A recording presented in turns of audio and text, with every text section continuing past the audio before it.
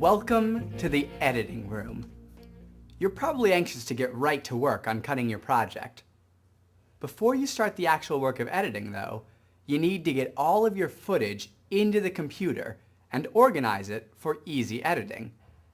In this exercise, we're going to be using Adobe Premiere to capture your video and get it ready for editing.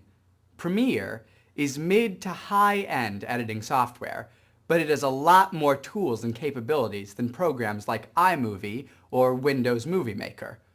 All those options and tools might seem a little confusing at first, but we're going to be helping you figure things out in a hurry. Let's open Premiere. The first thing you're going to want to do is start a new project. Newer versions of Premiere may give you the option right when you begin, or you may need to go to the File menu and choose New, Project. Okay, look at all these options. Depending on what format your footage is in, these templates are here to make sure Premiere knows how to handle it. Did you know that televisions in North America display images at a rate of 29.97 frames per second?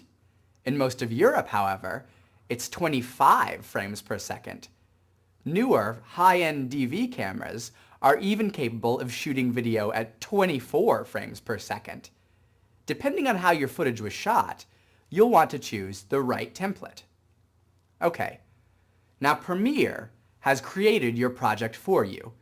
You should see two monitors for previewing video in the top right.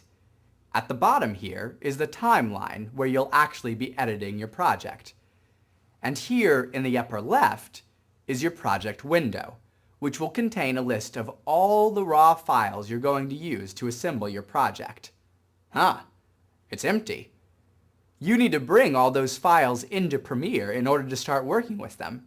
That includes sound effects, graphics, music, and of course, your video. Chances are, your video is still on the tape you shot it on.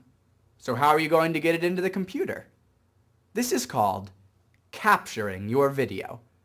In order to capture your video, you will either be connecting your DV camera to a computer with a FireWire input or a graphics card. If you do have a FireWire connection, also called 1394, it looks like this, then you're in luck. By connecting your computer to your camera with a FireWire cable, you can actually control your camera with your computer. Okay, got your camera connected? The F5 key will open your capture window. There are two different ways to capture your video. The first method is called on the fly. Capturing on the fly is essentially just capturing as you go. Rewind your tape to the beginning of your footage and press play.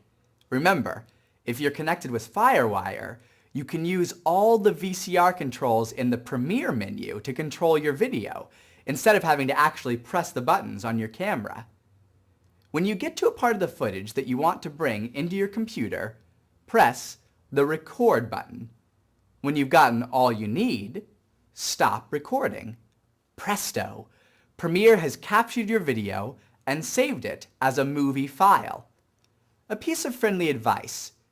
You could capture everything you shot in one long file, but larger files are unwieldy to use. They take up a lot of space, it's hard to hunt around in a long clip to find what you're looking for, and if the clips are really long, they're more likely to crash your program. It's a good idea to capture small clips. Capture each take as a separate clip with a unique name. Capturing on the fly can be a quick way to get a few quick bits of video into your computer, but it's not very precise, since it relies on your reflexes to start and stop each clip. If you prefer a more organized process, you might consider logging and batch capturing your clips. Logging footage is the term for when an editor makes note of where each clip is located on the tape. Premiere lets you log inside the computer. You can specify an exact beginning and ending for each clip all the way down to an exact frame.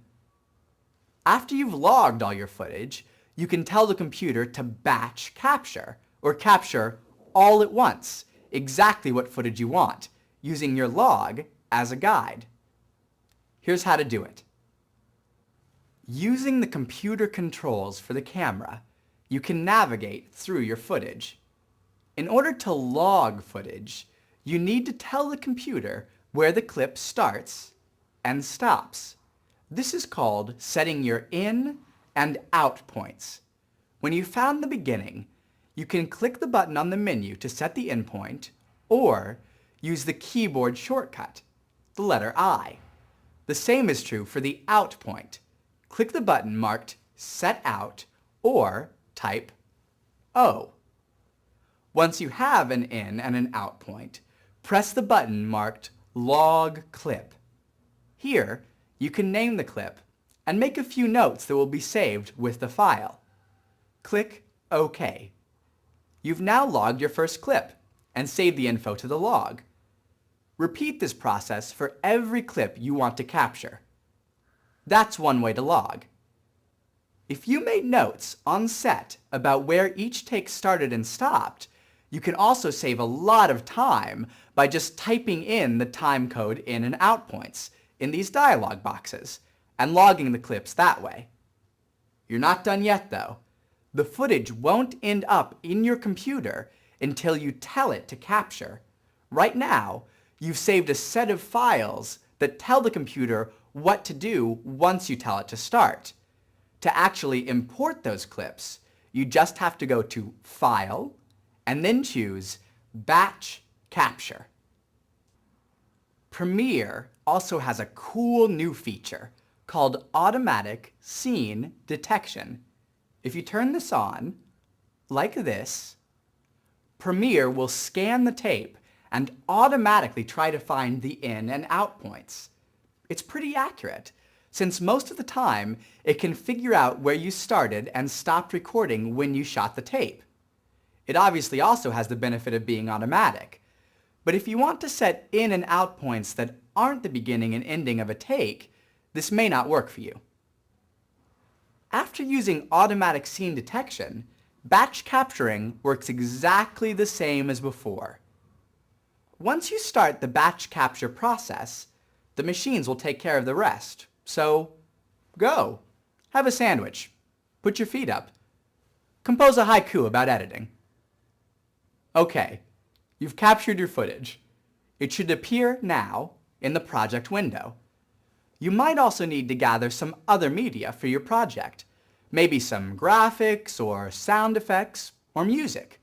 To import those, you can either find Import in the File menu, or you can right-click in the empty part of the project window and choose Import. Then, just choose your files with the standard Windows File Explorer. Your project window is now probably looking a little cluttered. If you want to stay organized, you can group your clips in bins to tidy up that workspace a little bit. A bin is just like a file folder. They call it a bin because, back in the old days, editors had to keep those long, unwieldy bits of film in, well, bins. You might consider keeping a bin for each of your major scenes, plus probably a bin for music, and a bin for effects, and a bin for graphics. At the very least, you probably want a bin for video, one for sound, and one for graphics.